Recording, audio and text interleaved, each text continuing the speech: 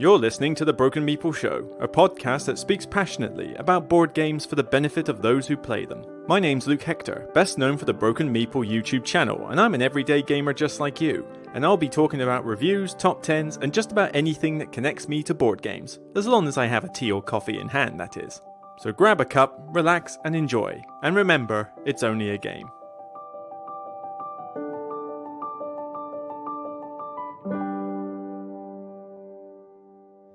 Hi everyone, this is episode 97, take the camera down just a tiny bit because it's a little darker in here, and that's mainly because I'm just trying to keep the sunlight out because I want this room to stay reasonably cool so I'm not sweating buckets by the time I finish this episode. Yeah, 97, we're almost up to 100, and, well, I say 100 of this particular series. I mean, it's not like this is the 100th podcast episode. I probably went over that milestone donkey years ago, but just in terms of the Broken Meeple Show format, we're nearly up to 100.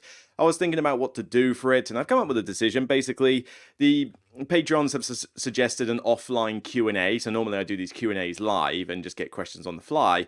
This time I'm going to do an offline one, so they're giving me a bunch of questions, and I'm just going to answer as many of them as I can in as much detail as I can in the time, and just go through all of those in the 100th episode. So yeah, that'll just be one big mishmash of Q&A, but at least I won't be distracted by trying to run a live stream or say hi to people and stuff like that. I'll be able to just sort of concentrate on it by myself, and maybe that will improve the quality of the answers. We shall see.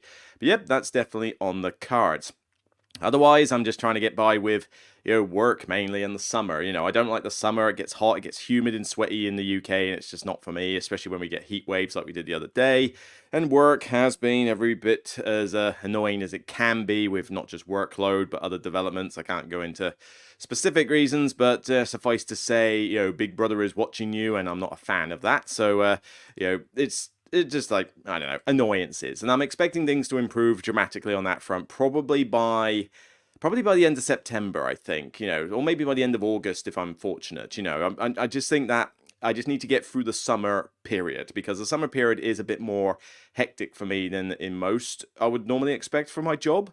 But it makes that December it makes December a little bit easier by comparison. And of course, I still am going to go on this cruise in December, so on like probably the worst month of the year, I'm not there for most of it. So happy days. So yeah, there's good times ahead. I just got to soldier on and move forward. I mean, it's not so much that there's legit stuff for what's going on there, legit reasons, but I think it's more that rather than, oh god, it's just I got to flick a switch in my head and start adapting to this new way of doing things, and it's not my style of doing things. I have to change personality-wise quite a bit when I go to work, because I am not naturally an accountant, but they need a super accountant, and so I need to flick a switch and become a super accountant, and it's just not my style, but hey, it pays the bills. That's what I need to do.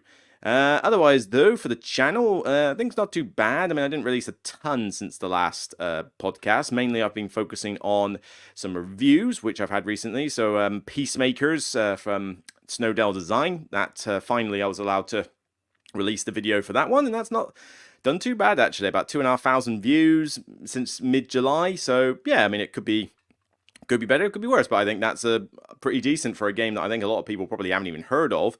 But by all means, give that one a watch.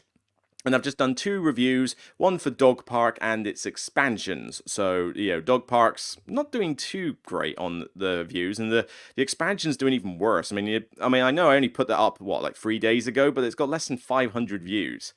And this is the kind of the problem I have with the Beyond the Base Game series sometimes. I get that they're useful, and I get that they are, they're decent to do. I mean, I try not to spend too much time editing on those ones, so they're a bit quicker to put out.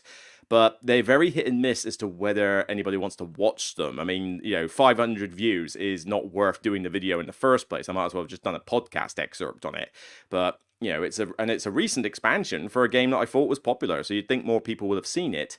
But here they. But then, in contrast, I remember doing a review years ago on the Above the Big Top or On the Big Top expansion for Carcassonne, like a really late expansion that I don't think anybody cared about. And it got 12,000 views by now. I mean, I know that was years ago, but even then, I remember it getting over 10,000 views within a short space of time, and I have no idea how that happened.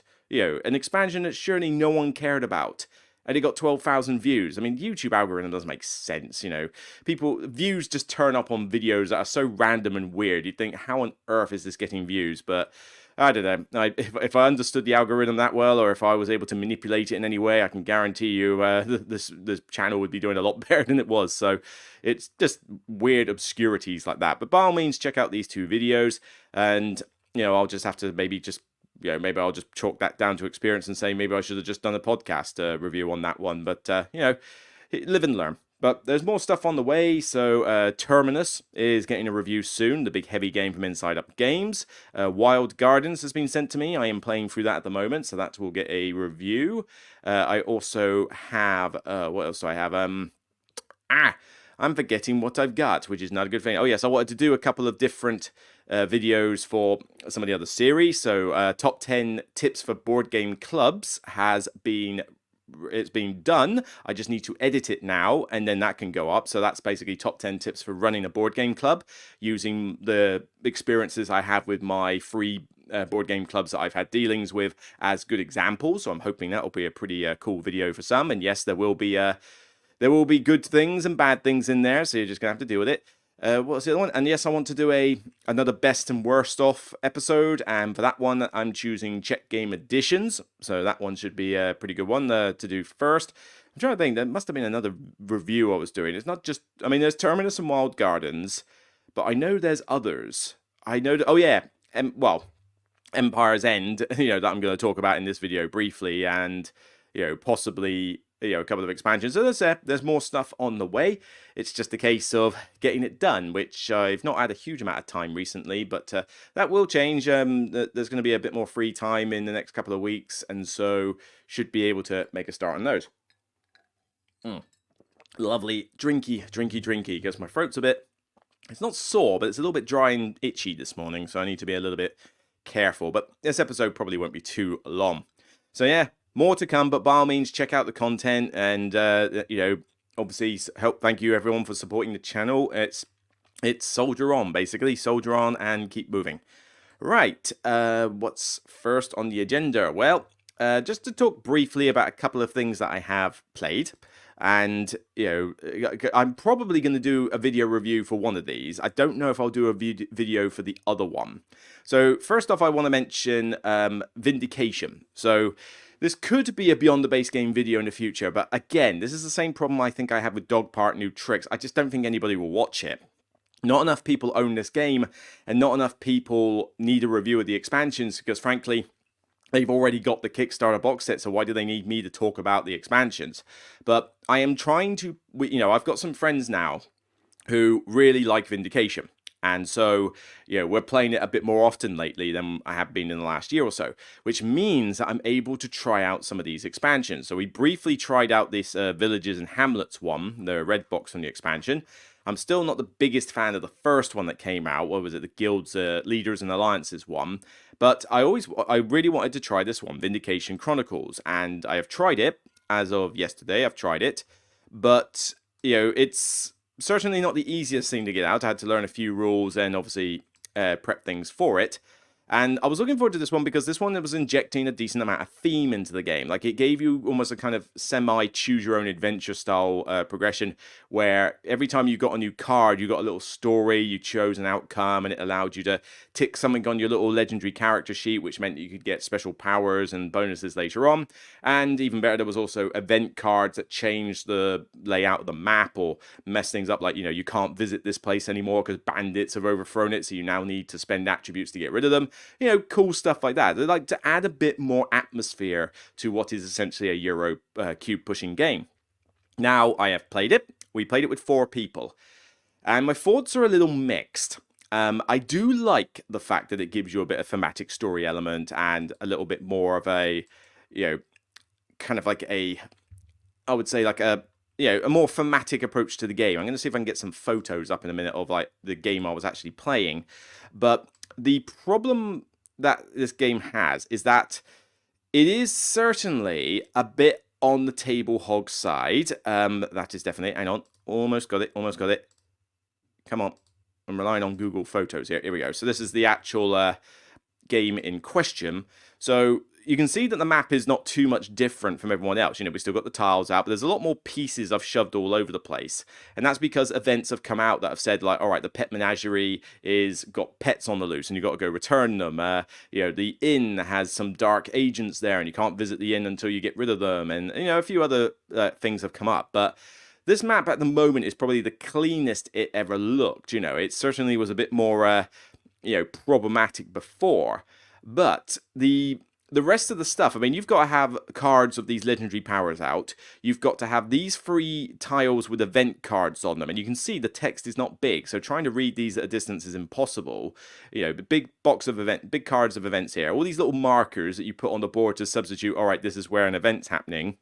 And then you've got the Firewind Festival, which you won't be able to see really in the picture, but it's like another board I've put off to the side that you can visit. And it just takes up a lot of space on this table. And this was a biggish table, and we were struggling to fit everything on. It just becomes a bit of a cluttered mess.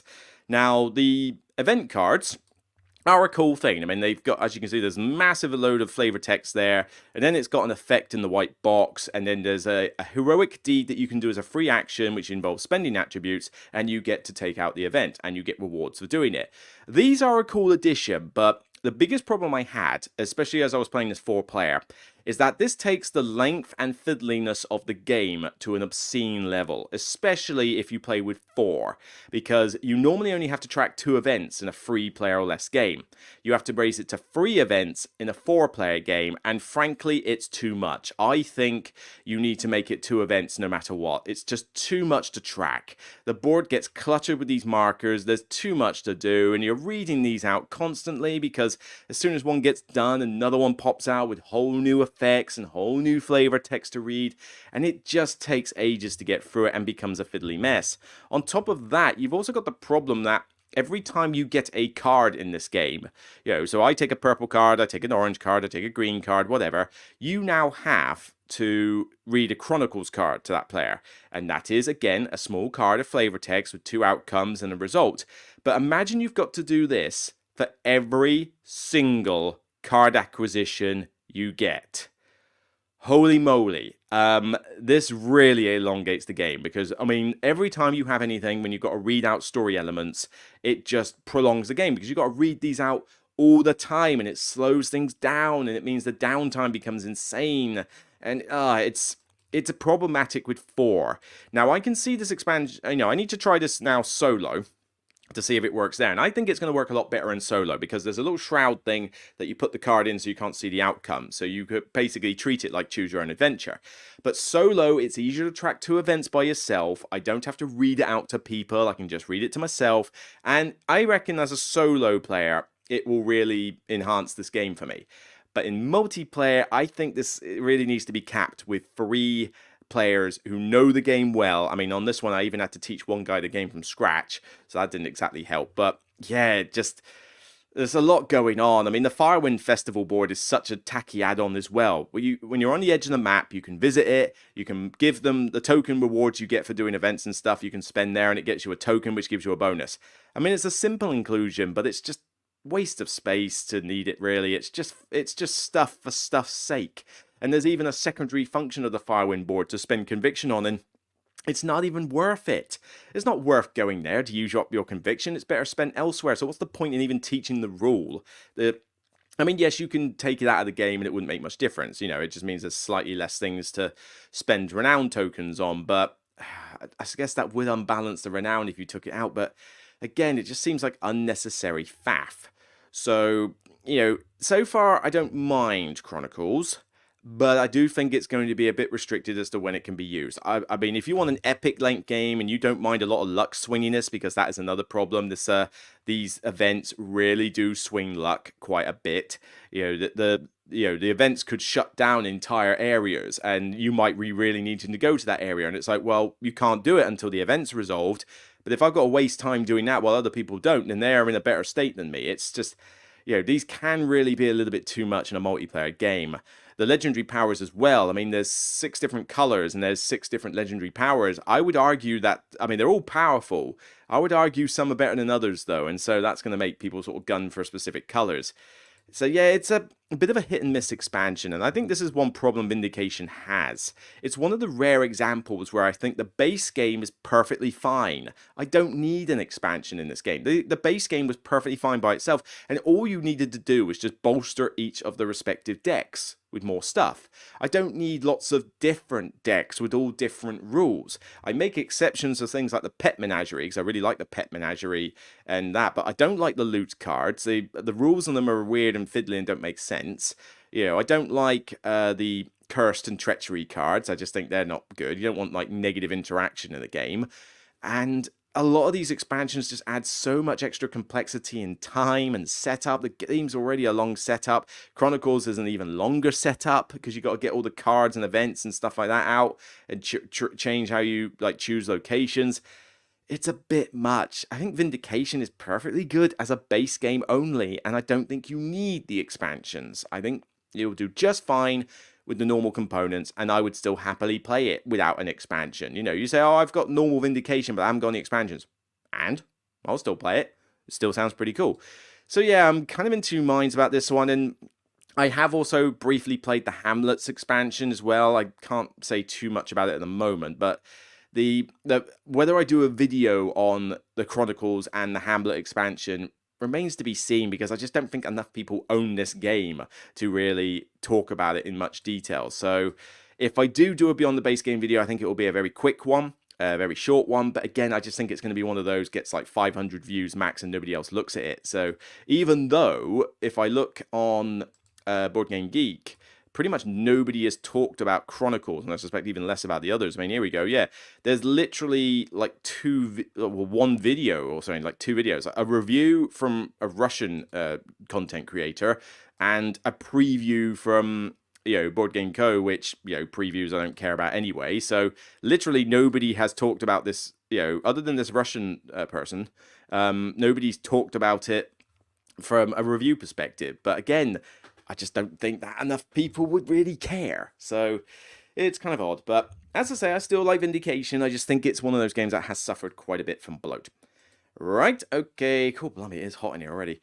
Right, let's talk about, briefly, I want to talk about Empire's End. Now, Empire's End is going to get a full review. That one will get a full review because the Patreons have requested it. I gave them a choice of games for me to look at, and the Empire's End came out on top, so this will get a full video. I just want to talk briefly about my first impressions of it. I need to let the thoughts solidify and play at other player counts, but I've played at a 3-player count, and the well, I was about to say problems. No, there's good and bad stuff to this. But a little bit of background here. This is ranked 2,429 Board Game Geek. That suggests to me it's not that popular a game. But then I read a bunch of critic reviews on here, and I saw, you know, Finger Femur and the usual previews and Dice Tower and stuff like that. And they all praise it like crazy. They're like 8 out of 10, 9 out of 10s, you know, they love it. In some cases, what do you expect? They say nothing but good things about everything, so what exactly do you expect? But I thought, okay, so the critics are saying a lot of good stuff, but most of the user ratings are kind of 7 max, 6 out of 10, 5 out of 10. There's a lot of people that aren't fans. And I thought this might be like a kind of Rotten Tomatoes thing where, you know, the critics love it, but the users don't. And so this one is interesting to me to have a look at. And I have played it, and as me, the person that will tell it how it is, I have suspicions that the critics have overhyped this one a bit. It's not that it's a bad game at all. It's got good elements to it. It's basically, to put it in one respect, it's the no thanks bidding system. If you've ever played No Thanks with the whole, I bid to not take this card because I don't want to take it. Same sort of deal, except you're bidding on disasters for your civilization. So basically, you know, your civilization has locations that are going to get blown up by disasters, but you're bidding to not take the disasters themselves, and if you do, then you have to flip the tile over. It's not worth any VP, and you don't get like cool innovations and cool bonuses for it. But if you do take disasters, you get to put the innovation underneath another location, and it gives you a cool bonus to use during the game. So there is a kind of like a choose your battles thing of like, well, you know what, I'm willing to let this disaster go through because I like this ability. I can always repair it later. You know, that way of thinking. It is quite punishing. I mean, it really does throw quite a lot of disasters on you, and you have to be aware that you are going to have stuff like, blown up on a regular basis. But, it's well done. It's got a good insert. It's looks good, good quality components and such. And there are, like I say, there are good stuff. I like the bidding system from No Thanks. I think it's a cool, tensioning of like, oh, will they take it before it comes back around to me? I don't know. I like the cool innovation abilities that can let you customize your civilization a little bit. And, these little aspects are good. But there are some bad aspects, and I don't think the critics mention these enough. Firstly, it does give a feeling of being punished a lot, because after all, you're getting disasters at you left and right. Now, you can argue that that is kind of the focus of the game, and it is, so it's diminished a little bit. But here's some things about it. This game, for a start, quote, 45 to 60 minutes on the box. I cannot begin to stress how much of a complete lie that is. This is not a 45 to 60 minute game. This is a 60 to 90 minimum game. I mean, 60 minutes if you're playing this with 2 players. But from what I've heard, 2 players isn't that good a game, so we'll come back to that one. But, we played a 3-player game, and it still took us at least an hour and a half. 4 players, I could see this going to 2 hours easily, and some people have played it for 2 hours, and it's just 90 minutes plus for this game is too long, because there's too many lucky swingy outcomes here. The innovations that you draw from the deck to play on later turns are totally random. You might draw abilities that are great for you, you might draw stuff that's useless. The disasters are random as well. They affect a random location on your board, and you might be in a position where it's constantly affecting the same problematic area that you can't afford to let go. And for somebody else, it's like, oh, well, it's only attacking my farm. I don't really mind if I take this, so I can just let this one carry on a bit. And so you end up, like, players are unfairly punished or better off purely by luck of the draw. And this sort of luck of the draw is not good enough in a game that's 90 minutes to 120 minutes long. It needs to be a 45-minute game for this amount of luck. And I think it would have been brilliant if it did. But because it's this long, that much luck is a problem. And, it's going to be a case of me playing this a bit more and deciding whether those luck aspects kill the game or whether I can forgive those to a point because the rest of it is good. And there are some other good elements to it. I do like the bidding system, but the player interaction is a bit lacking because in No Thanks, you have a very clear thing of what you're trying to do. There is a card in front of you. You don't want points, and and you can tell instantly if another player would likely want it or not. Here, though, it's difficult to tell whether another player would likely let it go through or not, and you don't have that much information to go on. And because the resources are hidden, so that you can't see what people are bidding, it's not like you can really gauge if, players have got the resources to bid on certain disasters, because it does vary as to what you're allowed to bid. And so the game almost becomes a bit of a memory game, and memory games are not popular with the masses generally. And I don't think it should be a memory game. I think it should be public resources. You should know whether somebody has a bunch of axes, because it will give you an educated guess as to whether they're likely to keep bidding to not take the disaster, or whether they're going to have to do it if I let it go forward. So, there's that aspect, but then you could argue that makes it too predictable, and it's just, the game feels like it's got a few problems, and the critics have not mentioned a lot of these. They've gone like, oh yeah, this is 8s, this is 9s, really enjoy it, really good, and it's just, I'm a little bit wary. I wonder if they were impressed with the really good insert and box a bit too much, or maybe because it's a John DeClaire design that people are being a little forgiving, because John DeClaire is quite a popular designer among a lot of people. So, and no, I like John DeClaire games, Mystic Vale and Edge of Darkness and Space Base. I like a lot of his games, but John DeClaire has also done a few bad ones. Anyone played Downfall, I think it was called, the one where it was set in a radioactive wasteland? Yeah, play Downfall and tell me that he always makes good games. So, yeah, I'm just a bit suspicious on this one, but I will do a full video on it. I will solidify my thoughts after more plays. I'm a little concerned that, 2-player is not going to be particularly good. There's no solo mode in this, not that I particularly want one, but there isn't one.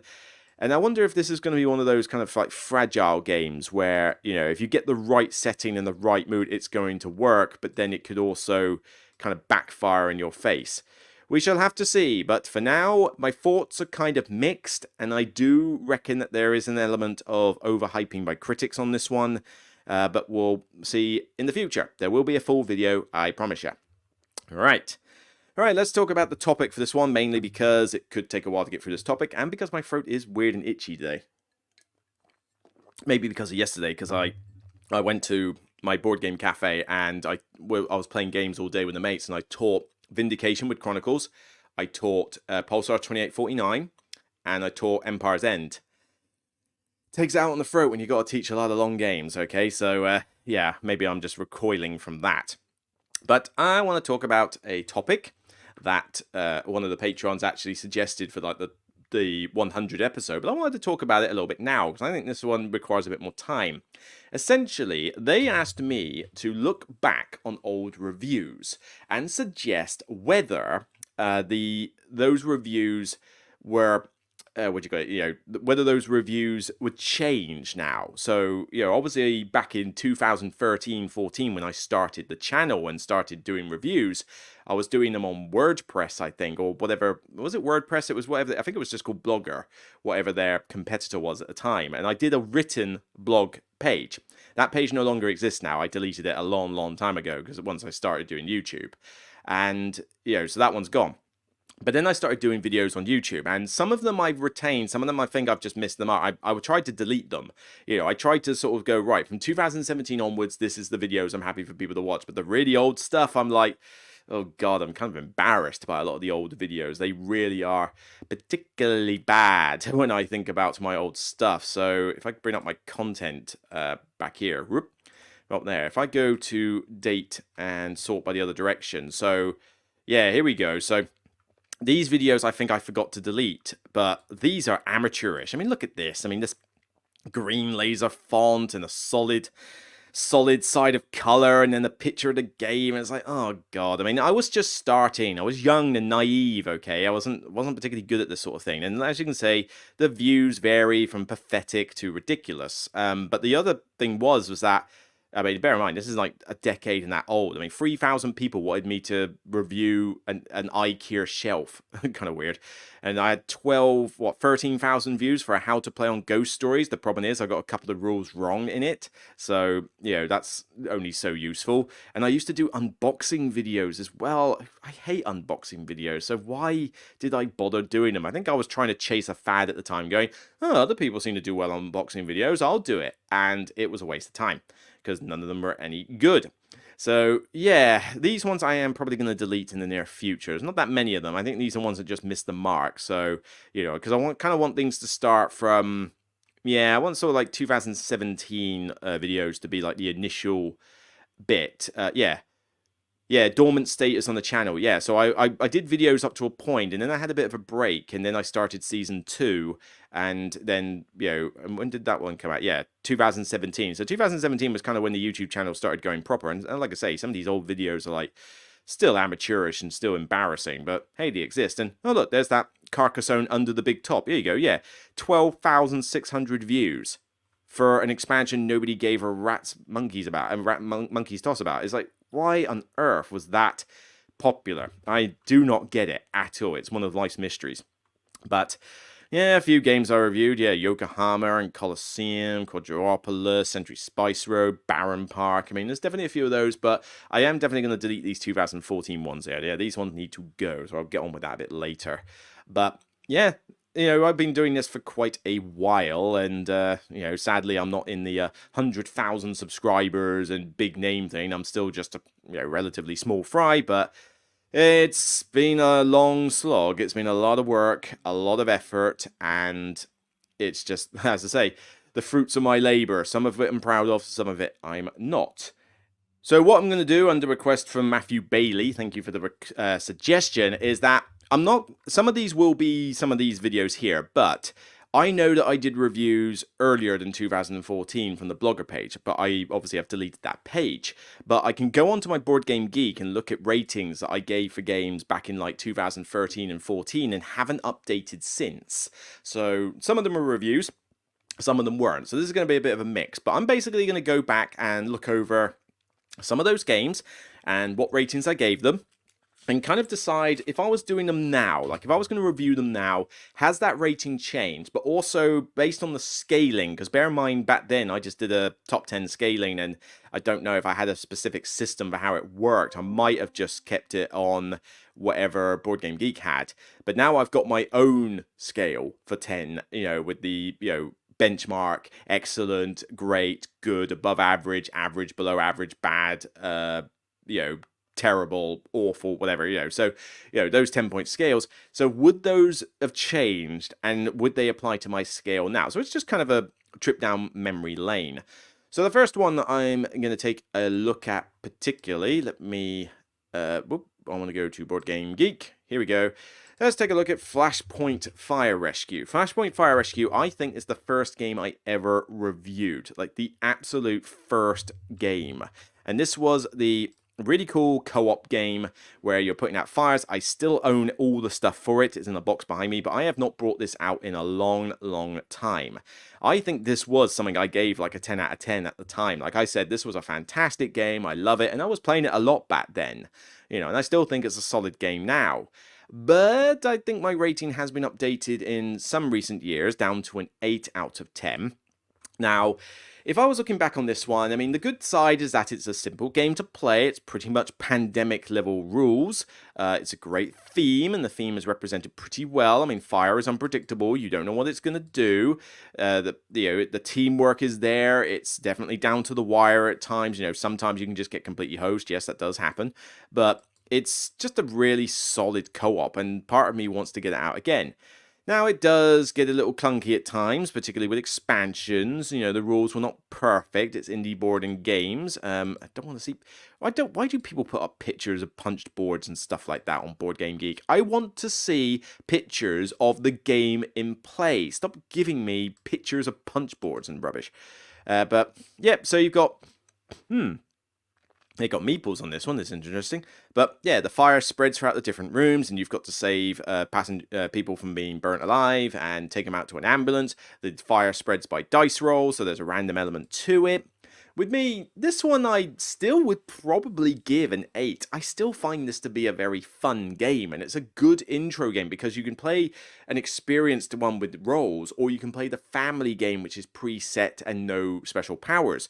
So this caters for a wide audience, and even though it probably could use a second edition, maybe to clean up some of the rules, add a bit more easy, clean up the rules, add modules for expansion, but make them clean so they can be integrated easier. And definitely clean up some of the roles, make them a bit more balanced, that kind of thing. I think this would benefit from a second edition, and also up the component quality. Like, this is something I would like to see on Kickstarter, actually. They've kickstarted expansions of the game. Why can't they kickstart a second edition where they completely, you don't have to go full Castles of Burgundy Awakened Realms nonsense on it, but I think for what they did to Ra and what they've done to other sort of second edition games, I think this one could really benefit from it. But 8 out of 10 would still suit. It's a great game. I don't think it's quite distinction level anymore. There is still, some issues with it that back then I probably was a little bit like, yay, games, because it was just starting off. And the fact that I haven't played it in a long time obviously speaks volumes. But yeah, it's still a solid game. It would still qualify, I think, as great in my opinion. Now let's talk about a game that I absolutely hated back then, and I think this is the oldest rating I have on my Board Game Geek, because some of them have been updated, but this is the earliest one that I haven't updated. Kingdom Builder. Oh my god, do I hate this game. This game I actually rated a 1 out of 10. Like, I considered this to be the absolute garbage. Now, I probably do need to be a little bit more realistic on that, because yes, I do think this game is garbage. I think it is boring. I think it is too restrictive. I mean, you literally get one card to dictate where you can go on this map, and if you don't draw a card that you need, then basically life sucks for you. It looks horrible. I mean, look at that board. That is terrible artwork, if you can even call it artwork. You've just got a bunch of wooden houses. There is no theme. It is dry as a bone. It's not a good game. And yeah, the odd special power here is not going to make me like this. I mean, look at that. That is terrible. It's like clip art. This is from Queen Games, and it does have its fans, but I am most certainly not one of them. Now, 1 out of 10, Luke. That's maybe pushing it a bit far. I mean, if I had to be realistic and rate it these days, I mean, as much as I do hate this game, like I really do just find it dull and boring, 1 out of 10 is obviously a bit unrealistic, but I would still probably be giving this at least like something like a, maybe not necessarily a 2, but certainly a 3 out of 10. I would consider this to be bad on my scale, like bad, not below average. Below average is a game that I could still play. Bad is a game that I most likely will not play. I mean, it could even be down to a 2. I honestly consider this to be pretty terrible. You know, I don't find it fun. I don't find it interesting.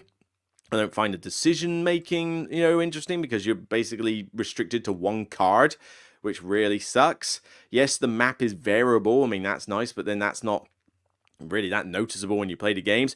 Yeah, it's nice having these little special powers, but again, they're pretty basic and boring. I mean, this is set. I mean, they do this thing and then they set it in like medieval England with like lords and farmers and knights and stuff. And it's like you choose a boring setting and then you make it a boring game. But 1 out of 10 is a bit harsh. It would probably closer to a 3 out of 10 now. I would consider it to be bad, but I can see why some people would get into it. And like you say, 1 out of 10 is like pretty much like unworkable as a game. Like it truly is the worst of the worst.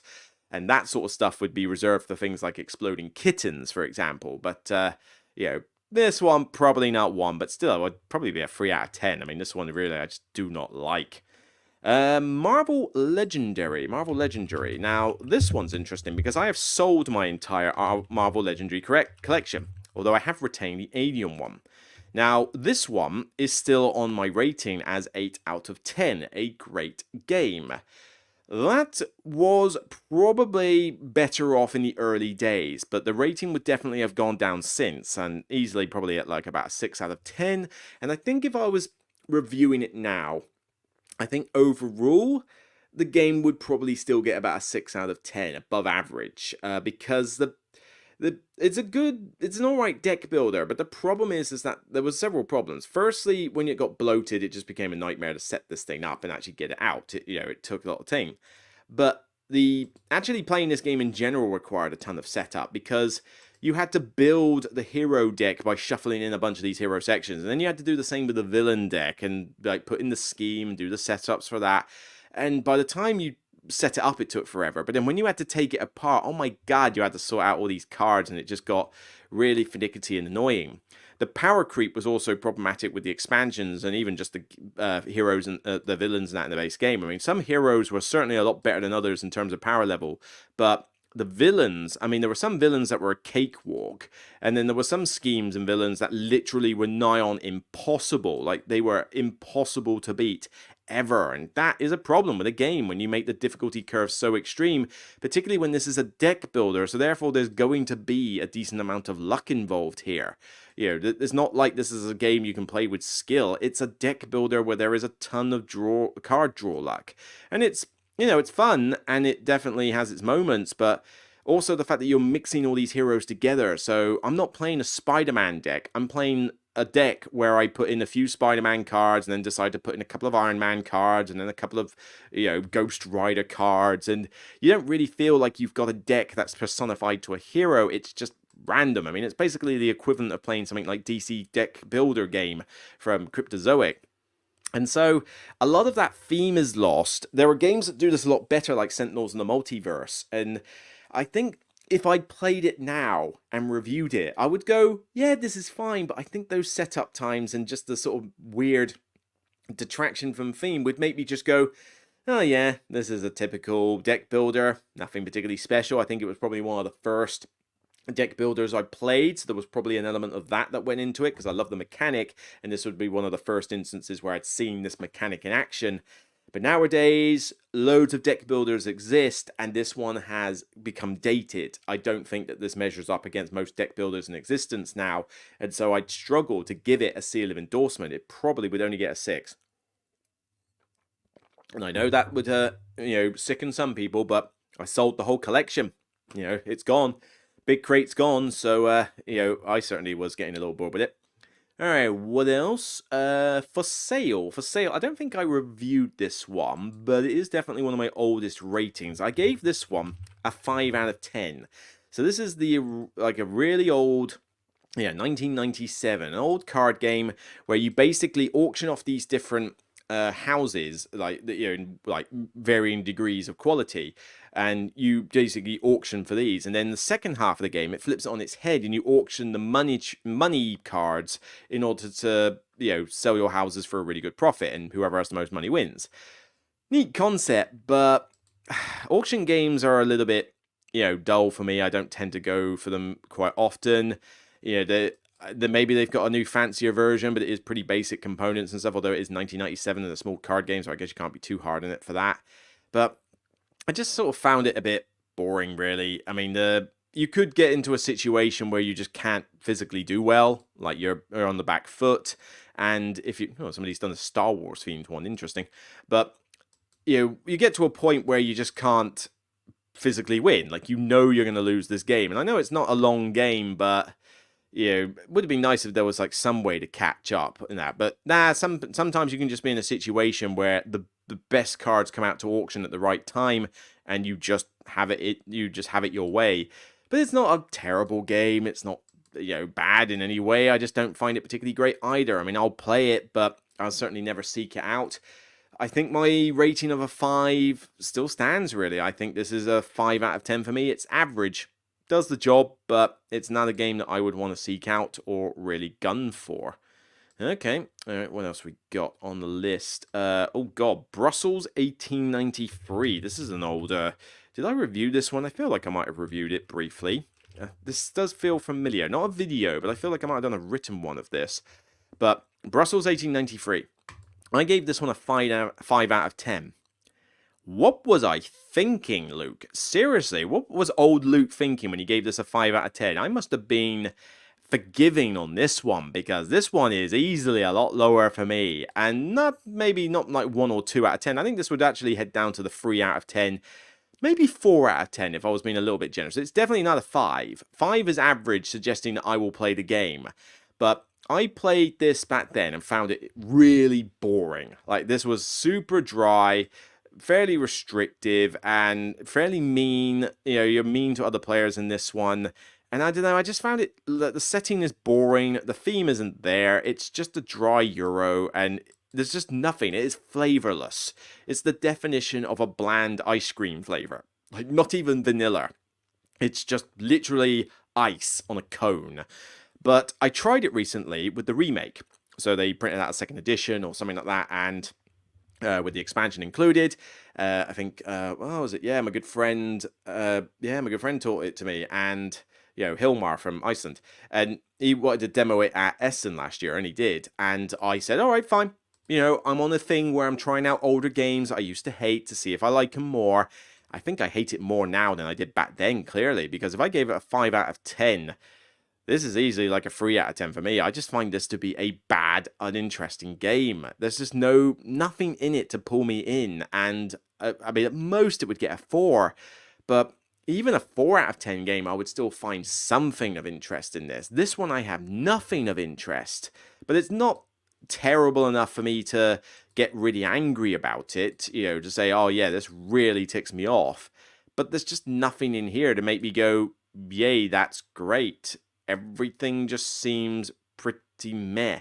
And I mean, the old version looks absolutely terrible in terms of its looks and graphic design. I'm curious, actually, can I find the new one? Brussels, is it 1893 or was it 18? No, there was one that came out. Is it this one? Bella Opaque or something?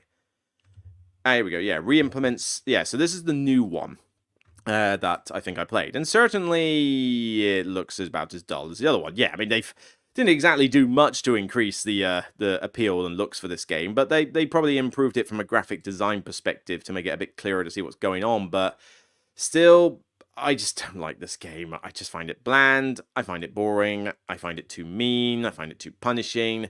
But for the most part, it's just flavorless. And so, yeah, 5 out of 10. I think I was being generous back then. I would rate this now on my current scale a 3. Don't like it. Let's see what else we got. Cockroach Poker. Oh, blimey, yeah, I definitely reviewed this one on the written version. And Cockroach Poker Royal. Is that the one I found? Yeah, here we go. Cockroach Poker Royal. Cool, blimey. I've still got this in my collection, I think. Yeah, I've got it in one of my little Tupperware containers that I've like migrated cards to. This one I gave an 8 out of 10. I still stand by that. If I rated this game now, I would still give it an 8, possibly even a 9. I just really love this game, and I get why some people would hate it. If you don't like bluffing games, this game is not going to be for you at all. But I really enjoyed this. I mean, it's just a simple premise. You know, give a card to a player face down, make a claim about what type of vermin creature it is, and they decide whether to believe you or not. They can call you out as a liar, they can call you out as telling the truth, or they can look at it and pass it to someone else. That's it. And basically, you're trying to avoid getting 4 of the same type in front of you, and then you lose. That's the game. But this is a great fun laugh. I mean, you know, if you like bluffing games, this is perfect because you're psyching each other out. You're, doing eye stare downs. You've got metas building from game to game. Like, what do you think of this person? Do you think they're trustworthy? You've got people like me hamming it up like crazy, going, it's like, yeah, it's totally this. Yeah, he's telling you lies. I see it. I see it in him. You can trust me, but not that guy. Yeah, he's trying to screw you. And it's just a lot of fun for a silly banter party card game, but I'd still give it a solid rate. It'd still get an 8 for me, and possibly even a 9. I'd possibly want to give this a seal of distinction because it is just that fun for a light bluffing game. It's easy, doesn't take long, the rules are simple, and the royal version adds the royal cards, which makes it even more sort of scary to get those at times. And yeah, it's just, and there's no winner. It's a case of avoid being the one loser. So there's a bit of, that kind of alleviates the whole, like, people just there to win type thing. So there's a lot of cool things about this. And it's a simple little card game. Haven't played it in a while. I think I need to rectify that situation and bring it to a game club every now and again. But yeah, if anything, I think I would be more generous to this one than before. So I think it's definitely worth a shot. I wonder if you can still get it these days. Hopefully you can. Alright, what else have we got? Oh, blimey. Did I give that... Yeah, not great. Okay, well, let's move on to those ones a bit later. Let's go on to Forbidden Desert. Now, I definitely did a video on this one. And Forbidden Desert is an old... it's it's the second in the Forbidden trilogy. I think, well, not even trilogy, it's a quadrilogy now, isn't it? Yeah, so Forbidden Island, Forbidden Desert, Forbidden Sky, and then this new one, Forbidden Jungle, which I still haven't even tried that one. Haven't heard great things about it. I mean, given how much praise Desert got and how much praise Island gets, Sky was a bit of a dud, and I hear pretty much nobody talk about Jungle, so I'm not too fussed about that. But Forbidden Desert, I gave a 7 out of 10. I said it was a good game, a good co-op, and I kind of would stay on that, really. I mean, there's certainly a lot to talk about from a good perspective, saying that, oh yeah, it's got some of these cool pieces, and it's relatively cheap, and it, certainly does have... that teamwork aspect. It's down to the wire at times, like really tough, particularly when you go on the higher difficulties. But, it is random. The game could just hose you at a moment's notice. There's only so much you can predict, but it's pandemic level rules. I mean, it's the same as Pandemic. The game could just hose you without even trying.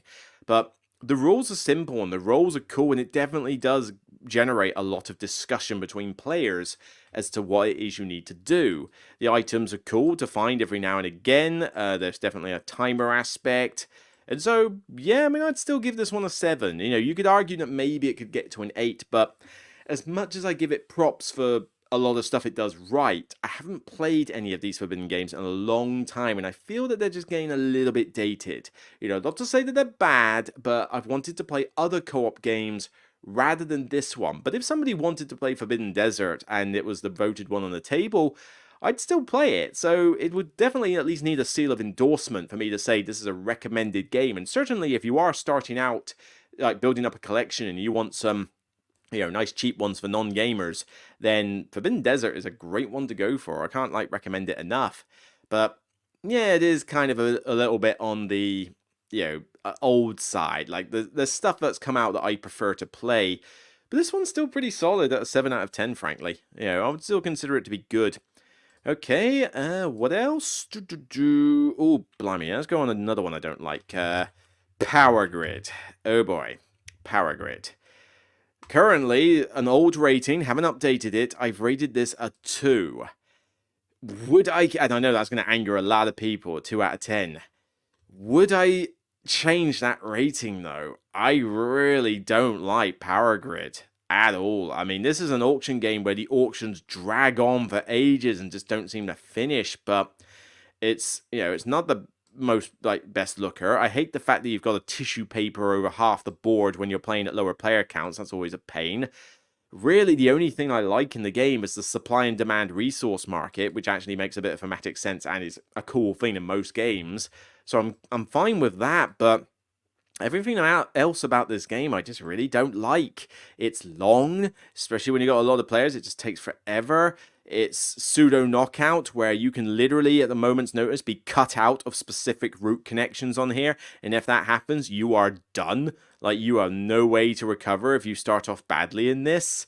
So it's very mean, very long, very cutthroat, very restrictive. Those are things I don't like in games.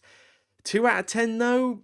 I don't know. The difference between something like this and Brussels and Kingdom Builder is that Kingdom Builder is a painful game for me to play. Like, I really don't like it, but mostly it's just boring. Like, there is so little flavor in it that I find it a terrible game. And certainly it probably enraged me a bit more back then, but I think these days I'd have to be realistic and go, all right, it doesn't really induce a ton of anger. It's just flavorless and boring. This one can induce anger. Like, this one really does annoy me to play it because I just don't like a lot of stuff in it. I mean, yes, I like the resource management system in it, but that's it, and that's a small aspect of the game. The auctions and this route connection are the bigger aspect, and it's just not nice. You got paper money, the components are awful, they haven't updated this. I mean, come on, could you have not done a re-implementation second edition of this with better components than that? Would that be doable?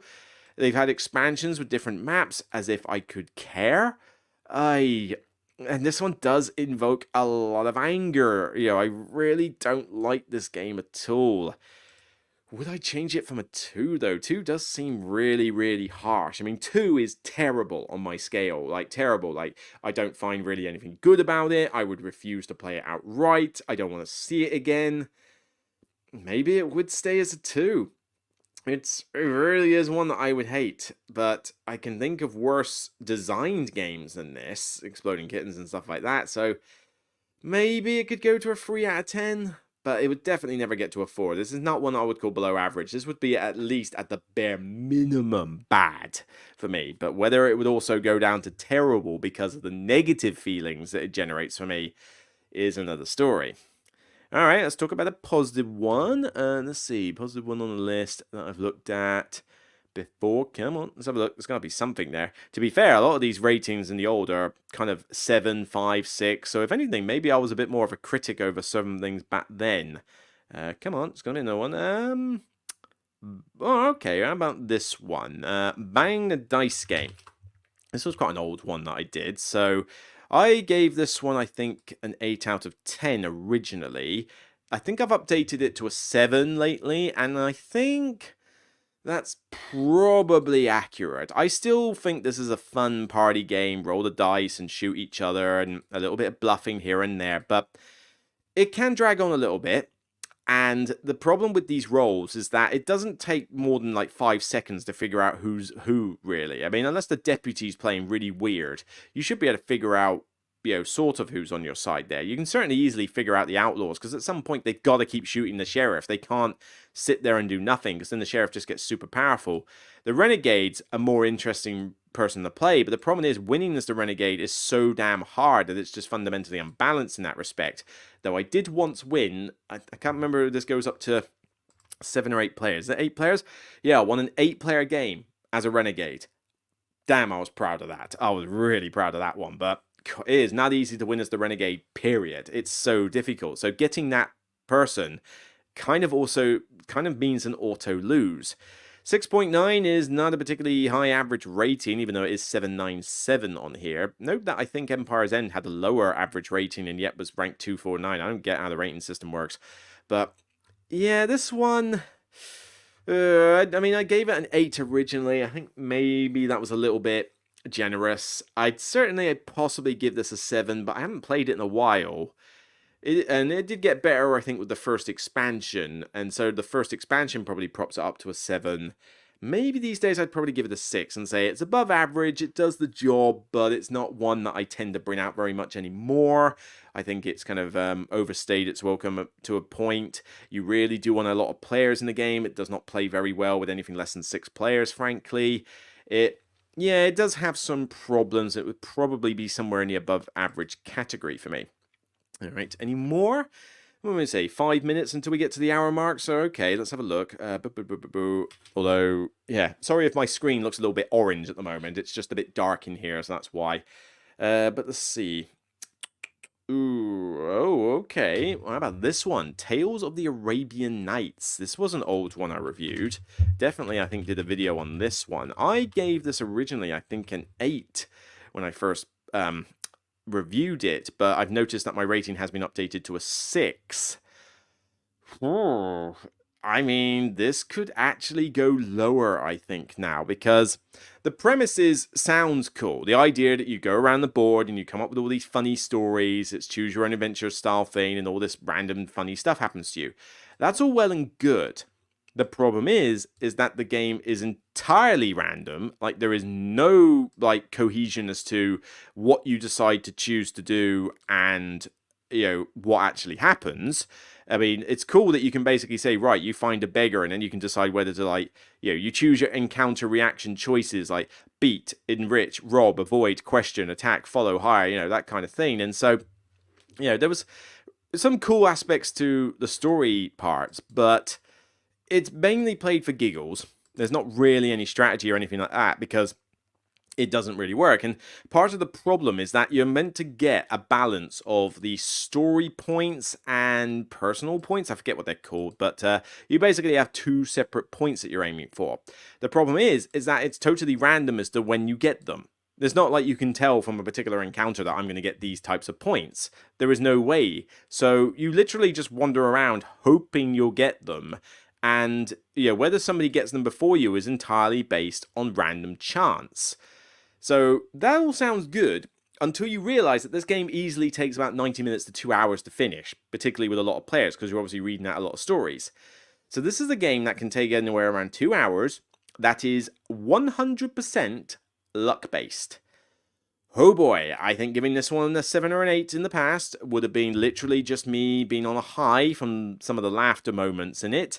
But if I was thinking objectively, now, tell it how it is, honest reviews, this would struggle to, I think, even get a 6. I think this would probably be down to a 5. It can provide some laughs, and if you are willing to spend some time playing basically just a luck fest with some stories, it can give some enjoyment, but it badly needs some fixes to make it actually so that there's actually decisions to be made, and it's not just like pick a random thing and see what happens. So, it needed something to give it a bit of structure, but as it stands, this game doesn't really have any structure. It's just choose an outcome and see what happens. And there's, I mean, you could beat a beggar and it turns out to be some evil sorcerer, and it's like, oh, thank God you beat the beggar. But then there could be, another beggar you find and you choose to beat them, and it's like you just beat a harmless beggar, you monster. So there's no way to tell what type of outcome you will get. And so, why would you? And this is ranked 615. I think that's because nobody's played it in ages. So it's got its original rating, and now no one's tried it. But, I mean, if I go on the average rating here, ratings breakdown. So some crazy people vote it a 10, which is a little bit insane. Most people are kind of in the 8, 7, 6s mark, and then through 5, 4, 3, 2, 1. But if I was being objective, I think 8 is really pushing it. I just don't see how a 2-hour game that's a total luck fest can be something like an 8 out of 10. I just would not go that high. So if I was rating this now, probably a 5 out of 10. An average game, has its moments, but fundamentally from a design perspective, it's not particularly good. Alright, my throat is getting a little bit dry. We're getting up to the hour mark. I think we'll leave it there. But yeah, suffice to say, as I look back on some of my older reviews, there is definitely some that would change these days, and both positive and negative. Like, some would go down in value, some would go up in value. And yeah, putting something as a 1 out of 10 is kind of a, bit harsh, I mean, 1 out of 10 is a really terrible, awful experience, and that's kind of Exploding Kittens for me and stuff like that. But games that I hate, like, Brass and Power Grid, Imperial Steam, Kingdom Builder, as I said, a few of these games, Brussels and stuff, then 1 out of 10 would not be justified for those. They are probably 3 out of 10s for the most part, just being bad games. But, and I would probably be a little bit more, appealing for that sense. But I still wouldn't be able to make them below average, because below average still represents a game that you could get me to play. I just wouldn't necessarily be wanting to, but those games I wouldn't want to play at all, so they've got to be at least a 3 out of 10 bad. But, below average for those I just don't think would work. Bear in mind I gave Septima a 4 out of 10, right? So that is a below average game for me, a 4 out of 10. You could convince me to still play Septima if absolutely necessary, but I definitely would be like, is there really nothing else? I mean, anything else we could play? And it's like, okay, fine, we'll play a game of Septima and I'll get something out of it. Those are the games I won't get anything out of. But then there's also some of those positive ones where I'll go, oh yeah, I gave this a 10, or I gave this an 8 or a 9 or something. And then I think some of them I'd stick with, but then some of them I'm like, not so sure. Maybe they should have come down a bit. Where I'm a bit more consistent with older reviews is probably the stuff that's in the middle, like 5 or 6 out of 10s. The stuff I found kind of average or above average on my news scale back then kind of feels kind of average and above average now. Like, it wouldn't necessarily get any worse, but I don't think it would necessarily get any better. But typically, ratings are going to fluctuate more with higher extremes and lower extremes than the stuff in the middle. The stuff in the middle would generally be quite stable. But hopefully that was a bit of an interesting thing to you. So obviously, yes, keep those questions coming on the Patreon post that I put up, because obviously I will collate a bunch of them for the 100th episode for the Broken Meeple show. But other than that, I'm going to sign off now, treat my throat, do some shopping and that. I really do think my throat's just in a bad way, so which causes a bit of a problem, because I was hoping to do a bit more recording of other episodes today, but maybe I might just have to take a break for today, do them during the week, and maybe concentrate on editing the top 10 board game club tips, actually. That'd be good. I'd get that video out first, and that would work. But yeah, I think I might just have to take a break and let the throat settle for the rest of the day. So thanks for listening to this podcast. Hope you enjoyed. By all means, thank you for supporting the show and helping the show become what it is after, like a decade now. Kind of ridiculous. So thanks for watching. If you're like a lifelong fan since a decade ago, then blimey, I can thank you a lot for that. But be curious if anybody has actually been watching this show since the days I did it on Blogger or the first time I did it on YouTube. That would be quite, that would be quite a surprise. I think most people are a bit more recent. But, for all of you, I love it that you do watch the show and get some enjoyment out of it, because it does obviously justify the work that goes into doing it. It's basically like having a second part-time job. It's not an easy task, and there's a lot of opposition, there's a lot of problems in the industry when it comes to content creation, where, it's a bit of a battlefield, but soldier on. It's still worth it, it's still a good laugh, but there are times where, I do wonder what would have happened if life was a bit different, but you could dwell on that for ages and never be truly satisfied. The fact of the matter is, this is life as it is now, so soldier on, move forward. Take care, love you all, bye for now, see you soon.